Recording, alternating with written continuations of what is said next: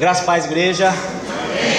Queria pedir para vocês agora, antes da gente começar, queria que vocês fechassem os olhinhos um pouquinho só. Eu queria cantar um louvor com vocês. E o louvor fala mais ou menos assim, ó: Cristo levou sobre si as nossas dores, Ele levou sobre si as nossas transgressões. O castigo que nos traz a paz estava sobre Ele, e por suas chagas fomos sarados. Ele levou sobre si as nossas transgressões, e Ele sofreu para que tivéssemos perdão, e o seu sangue derramou para nos resgatar nas trevas e nos lavar de toda iniquidade. Jesus é o pão da vida, Jesus é a luz do mundo, é o príncipe da paz, maravilhoso conselheiro, fonte de eternidade e amor, és digno de louvor. Ei, glória a Deus, obrigado. É isso, é isso. Abre comigo a palavra de hoje, Lucas capítulo 17, vamos lá. Lucas 17, ele fala assim, eu quero ler primeiro o verso 6 e depois a gente volta para o 5, tudo bem? Vamos fazer o contrário, vamos fazer igual o japonês, que lê de lá para cá. Lucas 17, 6 fala assim: respondeu-lhes Jesus: se vocês tiverem fé como um grão de mostarda, vocês diriam a esta amoreira: saia daqui e vá plantar-se no mar, e ela obedeceria. Então disseram os apóstolos ao Senhor: Senhor, então nos aumente a fé. O que disse os apóstolos ao Senhor? Aumente-nos a fé. Senhor Jesus querido, se eu for depender do que vai sair de mim, Senhor, não vai sair nada de bom. Mas a minha total confiança, Pai, é de que o Senhor usa a sua igreja para falar, Pai. E o Senhor hoje vai usar eu, Pai. Graças a Deus por isso. Não tenho nada de bom a não ser o Espírito Santo de Deus. Então fale conosco, Pai. Afogue os corações. Tira, Pai, todo impedimento, em nome de Jesus, e fale conosco cada dia mais, em nome de Jesus, amém. Gente, olha só, não existe faculdade de fé. Não existe um exercício, você vai numa academia e você toma um anabolizante e você treina e aí você começa a ter fé. Aí eu vou hoje, a partir de hoje eu tenho fé. Não é uma decisão. Que história é essa? Ah, realmente, olha, estou precisando ter fé. Então, porque não adianta chegar para o irmão e falar: irmão, você está precisando ter fé, como se ele falasse: é verdade, estou precisando mesmo, terei a partir de agora. Isso não existe, não é fácil assim. Não, você não compra. Olha, se você vier e dizimar, o Senhor vai te dar fé. Isso é estupidez, não creia nisso. Se você chegar e falar assim: vou fazer um propósito, vou fazer coisas, e aí o Senhor vai me dar fé. Não é assim que funciona. Fé, quando a Bíblia vai tentar definir de um jeito que nós entendamos, ela fala em Hebreus 11 que fé é quando você crê no invisível, você crê no que não se vê, e você tem certeza de coisas que ainda não aconteceram. Por exemplo, algum de vocês viu fisicamente Jesus Cristo na cruz e depois ressuscitando? Alguém de vocês viu? Se você falar que teve uma visão, eu vou acreditar, porque eu não tenho direito de duvidar, mas eu nunca vi. Algum de vocês já viu anjo? Eu acho que eu já vi, disfarçado de bêbado ainda. Eu vou contar mais pra frente essa história. Uma história deixa para outro dia, é muito doido. Mas eu acho que era, porque quando sumiu, falou umas coisas que eu precisava e sumiu. Eu falei: meu Deus, Mas a gente crê, a maioria das coisas que a gente crê sem ver. Esse crer sem ver, essa certeza que você tem, igual a gente estava cantando, que Cristo levou sobre si as nossas dores. Eu não vi Ele levando. Você viu Jesus levando suas dores? Você viu Ele ressuscitando? Mas como é que vocês vivem por isso? Como é que eu tenho tanta certeza que isso é real? Como é que eu consigo fazer a minha vida mudar? Como é que eu mudo todo o meu pensamento por causa dessa ideia? Por que você não está agora na zoeira? Por que você não está agora na balada? Por que você não está agora roubando para ganhar dinheiro? Afinal de contas, no Brasil o crime compensa. Por que você não está lá? Por que você tem essa moral? Ah, porque eu sou educado. Mentira. É porque você tem fé em Jesus Cristo. É uma presença dele dentro de você, é uma certeza dele dentro de você, é um convencimento dele mesmo em você de que ele é real. Fé é uma partícula de Deus dentro do seu coração para que você entenda as coisas que pela carne não se entende. É para que você compreenda as coisas que uma cabeça humana não vai compreender. Para quem não tem fé, a Bíblia é uma loucura. Para quem não tem fé, crer que um homem morreu e ressuscitou é loucura. Mas para quem tem a fé, essa é a maior verdade de todas e eu estou disposto a morrer por ela. Estou falando besteira? Vocês estão entendendo? Vocês estão entendendo porque vocês têm ouvidos de fé para ouvir. A fé, então, você vai ver, ela é engraçada, porque a Bíblia ela fala sobre os dons espirituais e ela fala sobre os frutos do Espírito. O fruto do Espírito, todos eles que estão lá em Gálatas 5, 21 e 22, são demonstrações que todos têm que ter. Todos. Eu tenho que ter paz, eu tenho que ter longanimidade, eu tenho que ter domínio próprio, por isso que eu já perdi 7 quilos. Ó, se você olhar de lado, você quase não me vê. Ó, Liné tá amando. Eu acho que casamento que engorda mesmo, porque foi só ela viajar, começou a salada. Eu não sei se a gente fica tão feliz de estar, né? Já estou amando, aí você come mesmo, tá nem aí, não sei. O meu pedido para Deus é que o domínio próprio continue mesmo com ela aqui e me chamando para o X-Baby e eu diga não. Orem por mim. Tão mais fácil subir a escada, gente, sem ter peso, sabe? O joelhão tá até feliz, mas bem. Então, domínio próprio é um fruto, paz é um fruto, alegria é um fruto. São coisas que todos os que creem terão. Todos os que creem e se enchem de Jesus terão. Diferente de dom. O dom, 1 Coríntios capítulo 12, vai dizer que Deus ele dá a cada um conforme Ele mesmo quer. Então não adianta eu chegar para vocês e falar: olha, vocês só serão batizados no Espírito Santo se orar em línguas. Mentira! Porque o dom de línguas não é para todo mundo. Imagina que eu vou chegar para um cara para quem Deus não quer dar o dom e falar para ele: gente, eu preciso de água, por favor. Ah, já tem? Nossa, isso que é oração, ó. Você clama, o negócio já está aqui. É um absurdo eu chegar para alguém que não vai receber de Deus esse dom, não é da vontade de Deus dar para ele, e por que é da vontade de Deus não dar para ele, eu não sei, daí Deus que decide, e falar para ele: olha, se você não orar em línguas, você não é batizado. Aí o cara: mas eu não oro. Não é batizado, vai para o inferno, não pode, inferno, o cara morre. E é o que muitas igrejas fazem. A lista de dons ela é muito ampla. Tem gente que tem dom de discernir demônio, tem gente que tem dom de orar em línguas, tem gente que tem dom de interpretar, tem gente que tem dom de cura. Esse eu queria ver. Não por falta de fé, mas é porque é bonito, né? Tem vários dons. Agora, por que eu estou falando disso? Porque tanto como fruto, como dom, a fé entra. A fé é dom e a fé é fruto. A fé é o único deles que você com certeza vai ter. Dos dois, fé, tanto como fruto do Espírito, como dom espiritual, Deus quer derramar em você a fé. Aí eu volto para a pergunta inicial dos apóstolos: Senhor, o Senhor pode nos aumentar a fé? O pedido deles, né? Aumenta-nos a fé. E eu comecei a orar para: Senhor, como que eu faço para aumentar a minha fé? E essa foi a minha oração de hoje. Eu fiquei sentadinho lá ouvindo: Senhor, como que eu faço para aumentar a minha fé? Por quê? A pessoa que ela é muito ansiosa, a pessoa que ela tem muito medo do que vai acontecer, a pessoa que ela tem muitas dúvidas do que Deus vai fazer, essa pessoa não tem fé. Porque se o Senhor fala para mim que Ele está cuidando de todas as coisas, o meu coração tem que entender que Ele está cuidando de todas as coisas. Porque é muita hipocrisia eu chegar para Deus: ô Senhor, eu creio em Ti, creio nas Suas promessas e sei que o Senhor está no controle, aleluia. Aí Marcelão canta: Marcelão, você tem o dom da cebola, velho. Cadê ele? Você tem dom, você começa, eu choro.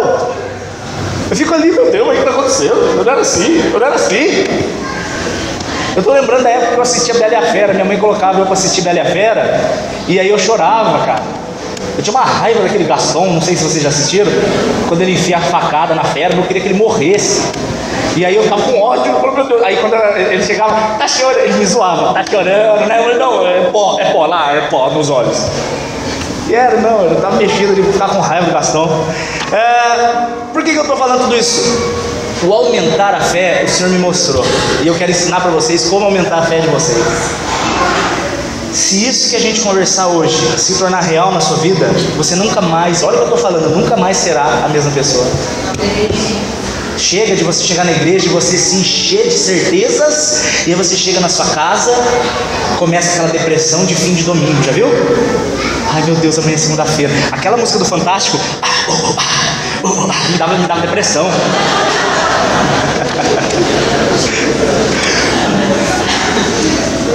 O Espírito Santo, não é assim aquela musiquinha? Nossa, que ódio que eu tinha, cara. E aí começava a música do Telecine, só que eu não conseguia imitar. Começava a música do Telecine, aí era sinal de vá dormir de manhã, começa tudo de novo. Não sei lidar com isso. Eu aprendi com o Senhor Jesus como fazer para esse fogo da fé continuar aceso. Vocês já foram para retiro? Quando você está com os irmãos lá, principalmente jovem, né? Você vai 2, 3 dias no retiro, você sai no terceiro dia, você quer achar demônio para expulsar, né, Jé? Você sai e você tá, meu Deus do céu, igual eu falei semana passada, eu quero cuspir no chão, fazer lodinho e quero resolver o problema de cego, velho. Mas por que perde esse negócio? Isso é o normal do crente. Vocês estão entendendo? Dá um glória aí. Ei, acordou. Estou pregando para Lázaro. Isso era para ser o normal. O normal do crente não é viver como Anderson Silva, de luta em luta. Tá errado. Tá, como é que tá? Tá indo. Como é que tá, irmão? Tá indo também. Daqui 2 meses, irmão? Tá indo.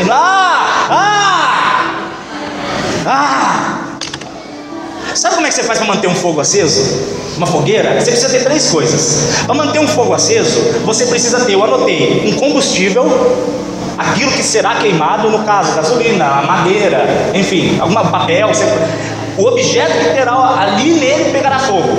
Segundo, você precisa de um negócio chamado comburente, é alguém que alimente o fogo. No caso, o que a gente mais conhece é o oxigênio. Por isso que um carro turbo, quando você quer dar um gás no motor, você coloca o turbo, porque o turbo ele injeta. Gente, eu não posso ficar com a boca seca, eu fico cuspindo, que raiva. Essa dieta que eu tô fazendo, essa tal de Ducan, você não come carboidrato nessa parada toda aí. Cara, a boca fica um deserto. Credo. Quando ele voltar eu paro, porque senão fica bafão com a esposa não dá certo, né? Mas volta. O carro turbo, o turbo ele injeta oxigênio com força na mistura para que o carro tenha mais potência, para que queime mais. Então a gente precisa de um combustível, um comburente, e a gente precisa de uma fonte de calor, a faísca que vai dar o início ao fogo, tá entendendo? Gente, no nosso coração, para que o Espírito Santo e a fé mantenham acesa, é do mesmo jeito. O combustível da fé, qual é? Um coração sincero, um coração desejoso. O combustível é um coração que quer estar cheio de Jesus. Você tem um coração que quer estar cheio de Jesus? Seu coração quer mesmo viver esse fogo todo dia? Então o Senhor já tem o combustível necessário. Sabe quem que é o comburente? Qual é o oxigênio? É o Espírito Santo de Deus. É a presença do Espírito Santo de Deus. Então você tem um coração desejoso, que seria a madeira. Você tem o oxigênio, que é o Espírito Santo de Deus. Mas qual é a faísca? Qual é o fogo? É a própria palavra de Deus, essas são as Escrituras. Você junta um coração desejoso com a presença do Espírito Santo de Deus e as promessas dele através da sua Bíblia, é impossível uma pessoa não ter o coração pegando fogo. Só que a gente não faz isso, a gente não clama por isso. Eu coloquei aqui, cara, eu quero que vocês vejam isso, porque isso é muito verdade. 4 pontos onde eu falho na minha hora, no meu momento, no meu dia a dia com Deus, que me fazem não ter fé. São 4 pontos. Afinal de contas, Romanos 10:17 diz que a fé vem pelo ouvir e ouvir pela palavra. Então vamos direto para a Bíblia para vocês verem esses 4 pontos. Primeiro ponto que tem que ser muito real na nossa vida: nós somos seres emocionais, nós somos movidos por emoção. É normal você assistir um filme de, sei lá, fala um filme triste, Titanic. É triste. Jack Rose, tinha uma tristeza com a Jack Rose. Depois eu comecei a pensar, olha como eu torço pelo divórcio, cara, porque a Rose era casada. Olha, não era casada? Gente, você tirou um peso da minha consciência agora. Então tem mais que largar o cavalo mesmo. Mas tem que fazer amorzinho dentro do carro. Gente, pelo amor de Deus, fornicação, viu, sexo no casamento, 1 Coríntios 6, é maldição. Casa primeiro, depois vira do avesso, ô glória. Quarta-feira, chega logo quarta-feira. Gente, recém-casado, 10 dias sem mulher, tá mal-estar, ó. Vocês acham que vocês estão todo dia de moletom e eu tô de camiseta? nós somos seres emocionais, então tudo aquilo que a gente ouve, que a gente absorve, aquilo modifica o nosso emocional, é normal. Só que o cristão não pode aceitar isso. Eu não posso aceitar vir uma notícia ruim na minha mente, ou eu ouvir, o Brasil está em crise, aquilo virá dentro de mim, é normal, entra pelos meus sentidos, mas eu não posso deixar aquilo fazer morada. O meu erro está quando eu deixo aquilo que eu ouvi aninhar no meu coração e encontrar espaço, porque aquilo vai me desanimar. Vou dar um exemplo para vocês, pai e mãe. Pai e mãe, quando eles telefonam e o celular do filho ou ele não atende ou não ouviu. O que o pai e a mãe fazem? Primeiro, eu acho que ele estava longe do celular. Segundo, pode ser que ele não ouviu, estava no vibra, né? É isso que vocês pensam? Não foi sequestrado, certeza. Vou ouvir falar do meu filho lá no exército islâmico. Tá lá, cadê meu velho? Pelo amor de Deus, Jorge, minha mãe, Jorge, vai atrás, Jorge. Isso não está errado, isso é normal. Isso é porque nós somos movidos por emoção. A emoção tira a razão. O pastor Glenn, ele falava sobre como era doce. Olha que interessante, eu não sou pai, ainda não entendo muito bem disso. Ele falava assim, como era doce o barulho da chave quando o filho dele chegava à noite da faculdade. Não é verdade? Você está deitadinha lá, já é 2 da manhã, aí ele ouviu o barulho do menino colocando a chave na mesa, aí ele dormia. Mas peraí, a fonte de paz dele é o Senhor Jesus ou é a chave? Vocês estão entendendo? Se nós deixarmos, as coisas desse mundo vão ocupar o lugar que era para ser o de Jesus, e isso é normal, e quem passou por isso foi o próprio Senhor Jesus. Olha só, analisa comigo, Filipenses no capítulo 4, vai falar assim no verso 6 e 7, você já conhece de cabeça: não andeis ansiosos por coisa alguma. Como que eu não vou andar ansioso por coisa alguma? Aí ele fala, antes de ficar ansioso, ouviu a notícia ruim, antes de deixar aquilo dominar o teu coração, o que você faz? Apresente diante de Deus as suas orações, as suas súplicas, as suas necessidades, as suas ações de graça. Ação de graça e seus agradecimentos mesmo. Antes de deixar a notícia ocupar o seu coração, apresenta diante de Deus o que está acontecendo. Então, se houve uma notícia ruim do tipo, fulano está doente, teu filho está doente, antes de você falar, meu Deus, igual a minha mãe, vou te dar esse exemplo de novo. A Laura, minha irmãzinha, estava com um machucadinho na perna, alguma coisa, sei lá. Aí a minha mãe levou no hospital. Gente, estou falando, parece que minha mãe não tem fé. Minha mãe é uma mulher de Deus, é que eu estou brincando que ela está aí. Muito de Deus, graças a Deus por isso, porque ela orou e hoje eu estou aqui. Então, recado, mãe, não pare de orar pelos seus filhos. Demorou 26 anos mais ou menos, mas eu vim para Jesus. A Laura estava com machucadinho na perna. Aí chegou lá no hospital, ela colocou lá a moça, aí o médico, boa tarde. A minha mãe, é câncer. Calma! Eu nem vi a perna da menina. Não, doutor, já fala já, porque já não sei lidar com isso. A gente não pode ser assim. Misericórdia, Senhor, nos livra dessa ansiedade. O que o Filipenses está ensinando é, antes de deixar essa ansiedade tirar até a sua capacidade de racionalizar, apresenta diante dele: Senhor, está acontecendo isso, Senhor, aconteceu isso, é assim, Senhor, é desse jeito. Se ajoelha na presença de Deus, começa a clamar, porque às vezes você já tem o combustível, que é o seu coração, às vezes você já tem a faísca, que é a palavra de Deus, mas está faltando comburente, está faltando o Espírito Santo. Essa equação tem que estar sempre cheia.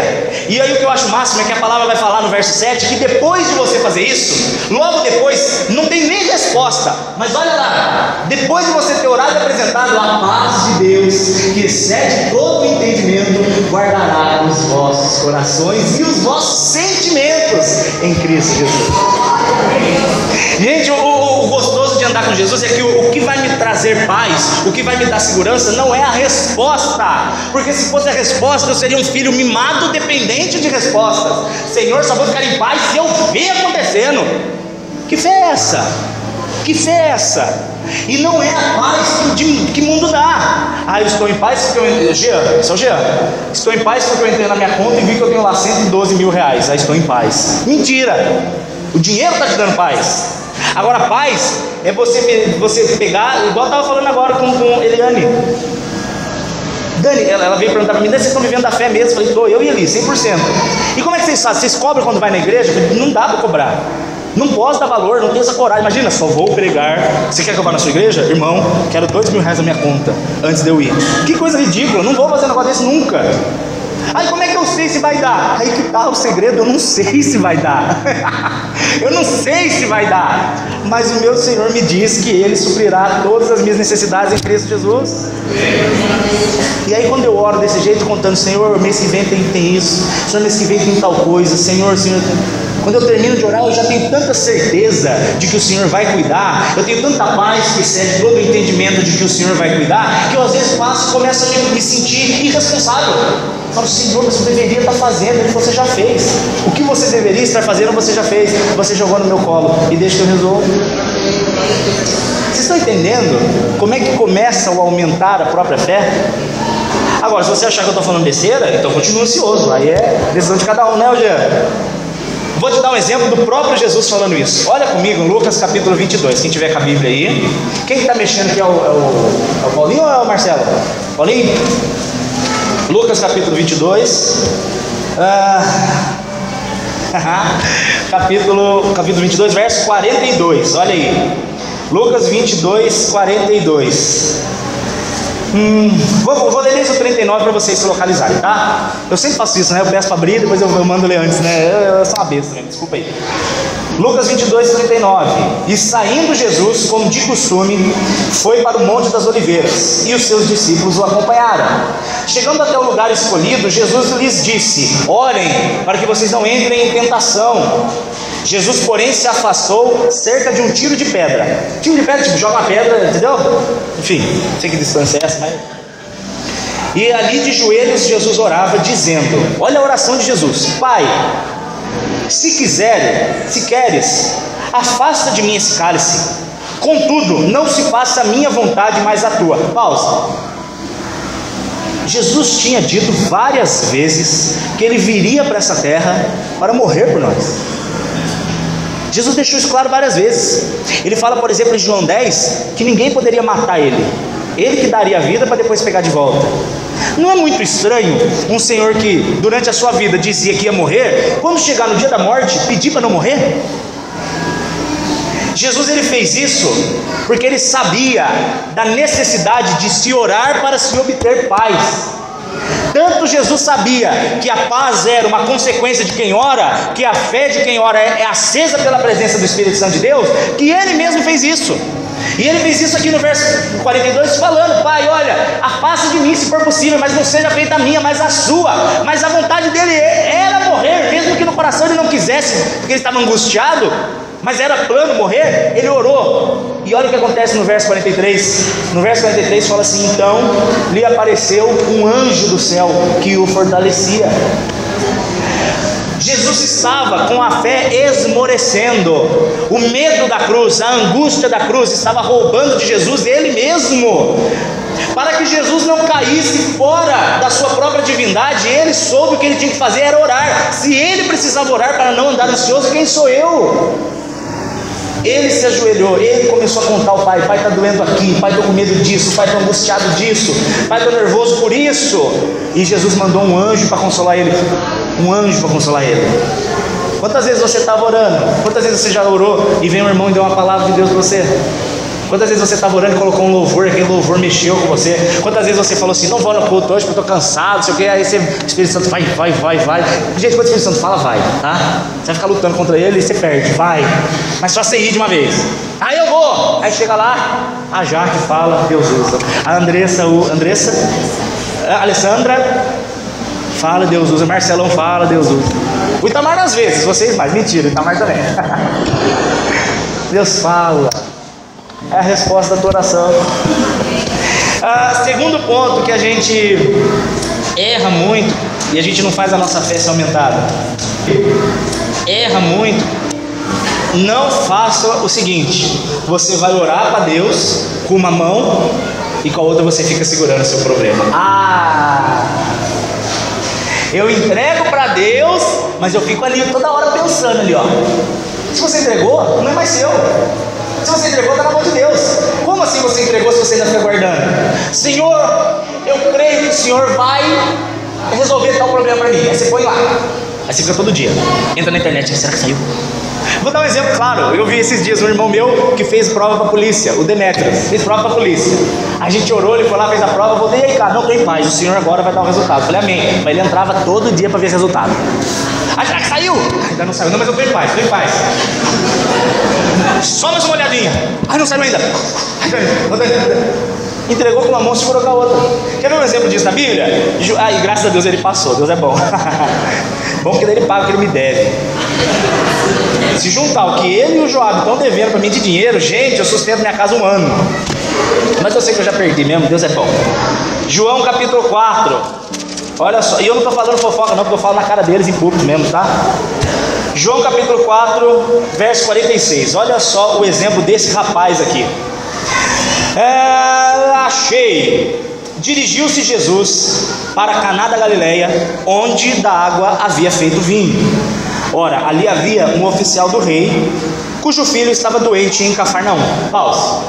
Jesus estava em Caná. O filho do oficial estava em Cafarnaum. De uma cidade na outra, você tem 27 quilômetros mais ou menos. De uma cidade na outra, não é muito. É tipo daqui Caçapava? Não, daqui, o que mais, né? Enfim, pouco importa, né? Vamos dar para gastar. 27 quilômetros. O que aconteceu com esse cara? Vai ouvindo. 47 agora. Tendo ouvido dizer que o homem chamado Jesus estava na Galileia, foi lá ter com ele e lhe clamou que descesse para curar o seu filho que estava entregue à morte. Então Jesus lhe disse: se você não ver nenhum sinal e prodígio, você não vai crer.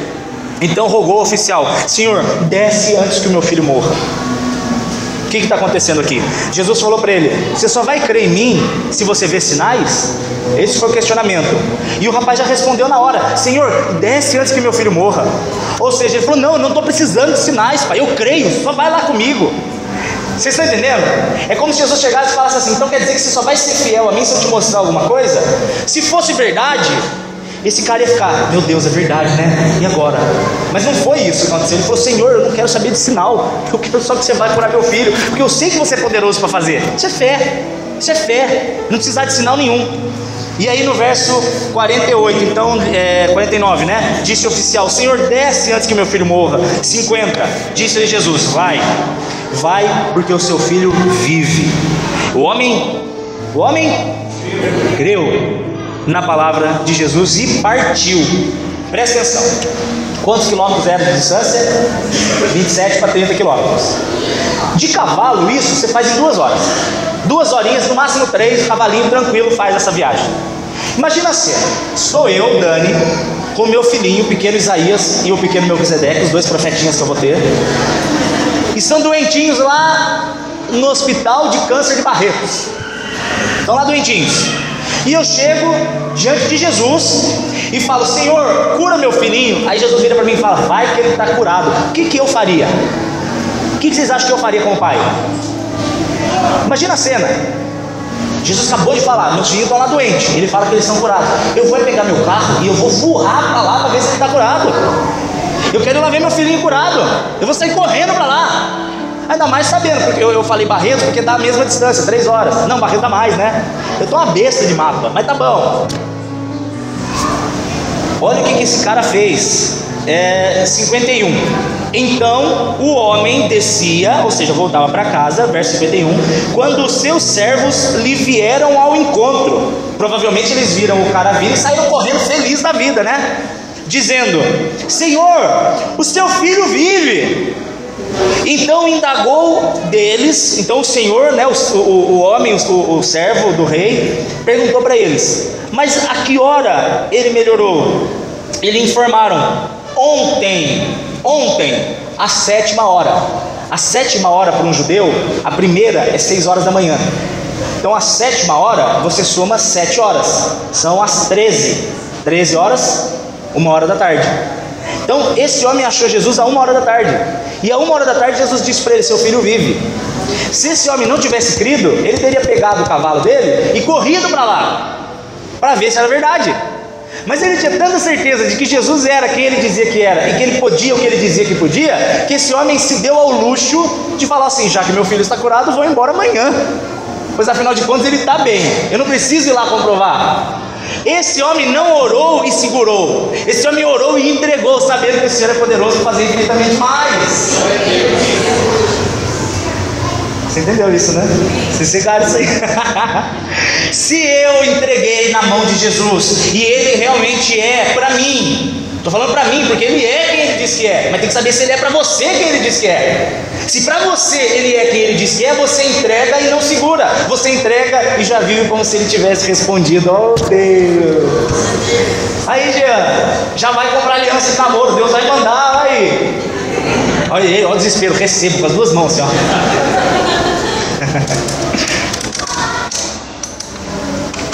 Acho que a coisa que o jovem solteiro mais odeia ouvir é aquele: calma, o Senhor está preparando.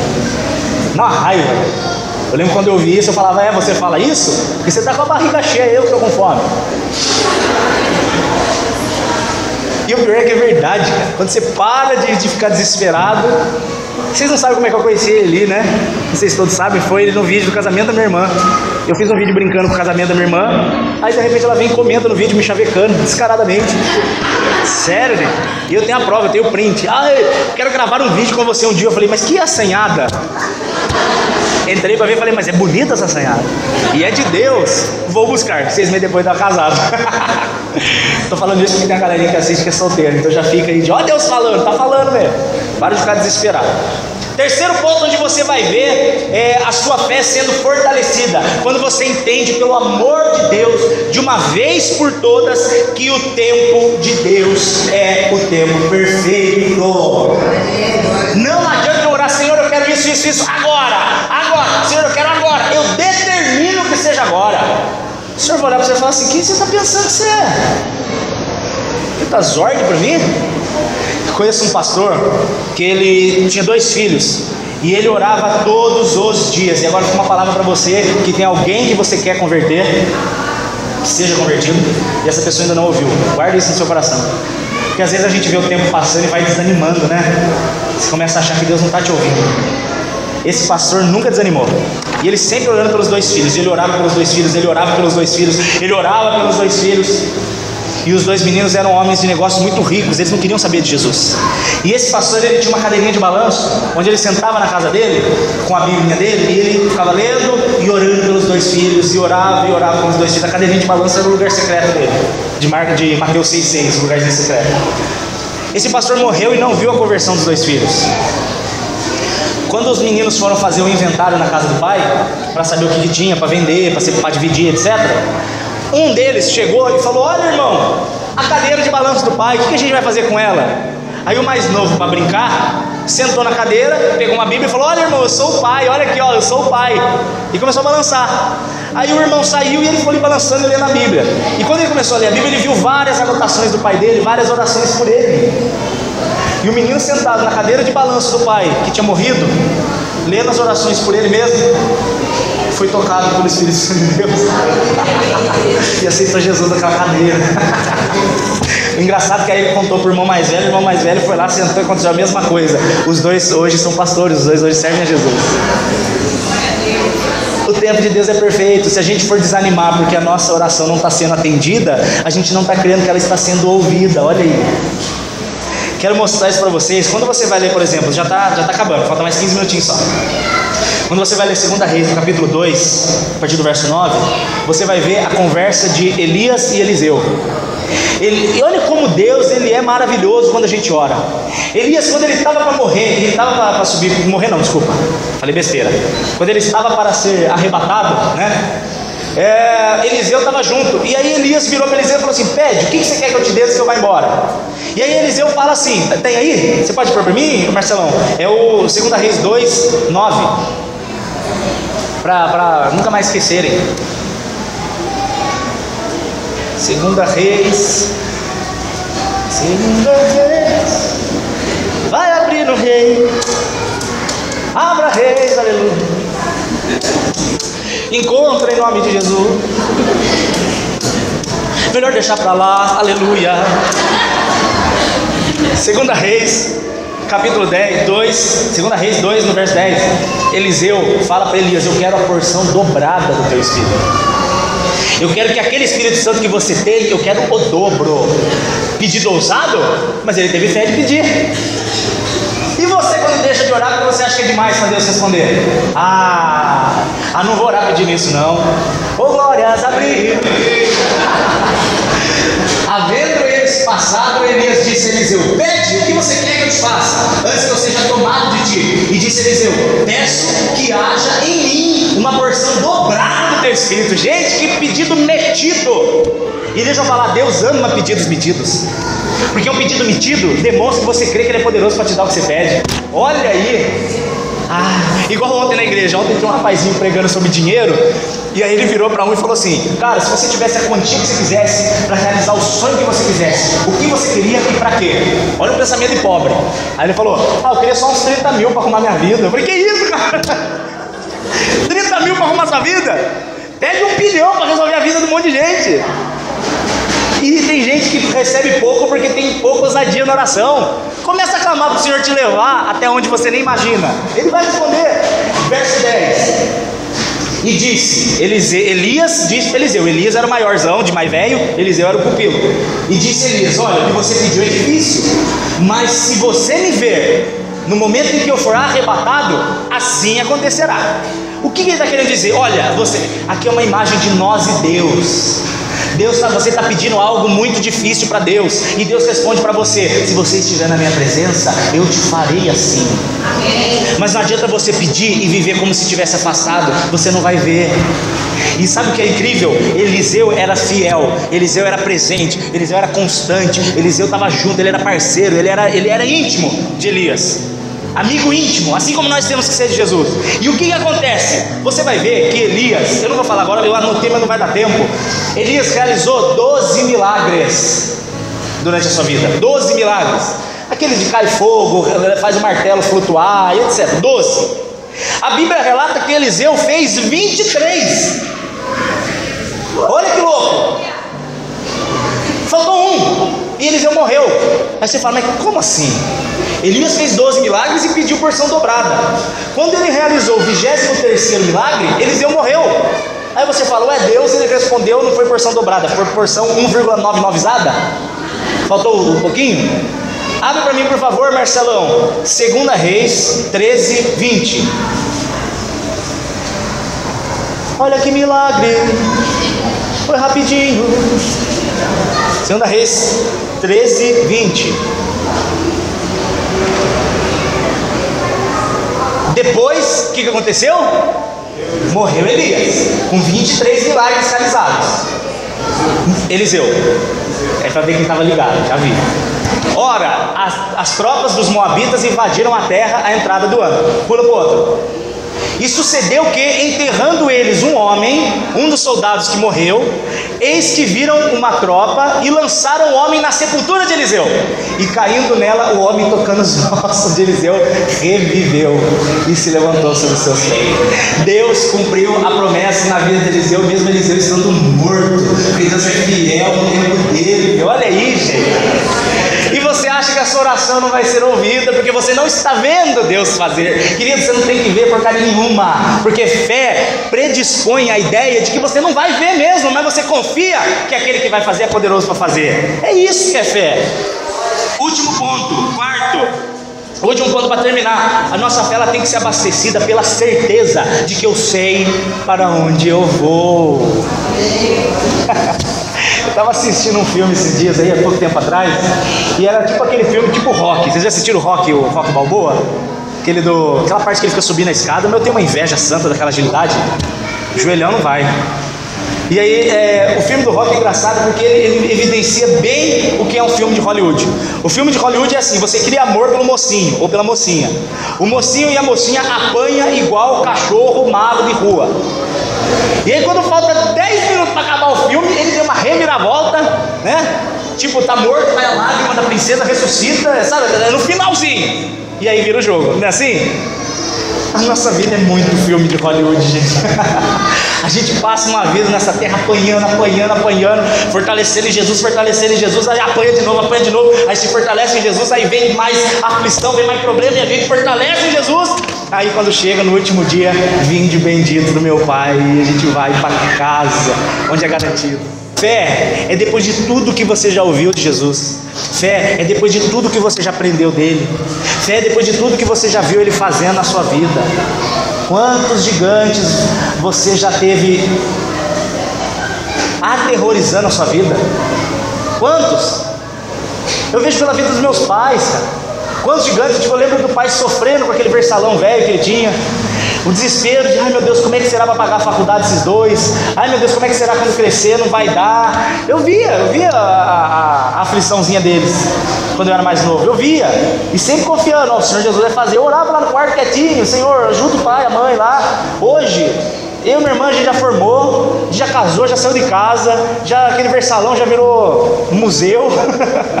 Quantas vezes parou na estrada, esquentou o motor, é o cebolão. Quantas vezes, e a gente vê que aquilo que era um gigante, ele não é mais. Quantas vezes você já passou medo? Marcelão, quando a Ford falou para você tchau, e você falou já era, e aí vem o Senhor e manda você vender queijo, e hoje você trabalha 3 vezes por semana e está melhor, Marcelão, e o queijo bom, rapaz. Vai falar para mim que você não perdeu o sono de noite? Vai falar para mim que você não olhou para tua esposa e seus 2 filhos e falou, e agora? Como é que eu vou cuidar deles? E vem o Senhor Jesus e fala, sossega que eu estou no controle de todas as coisas. Isso é fé. Saber que aquele que nos prometeu é fiel para cumprir. Saber que aquele que nos prometeu, ele é poderoso para fazer infinitamente mais. E eu queria levantar agora para a gente orar, para que Deus acenda essa nossa fé, em nome de Jesus, porque eu sei para onde eu vou, e nem que eu vá nos trancos e barranco, mas eu não desisto de Jesus nunca não, nem barranco,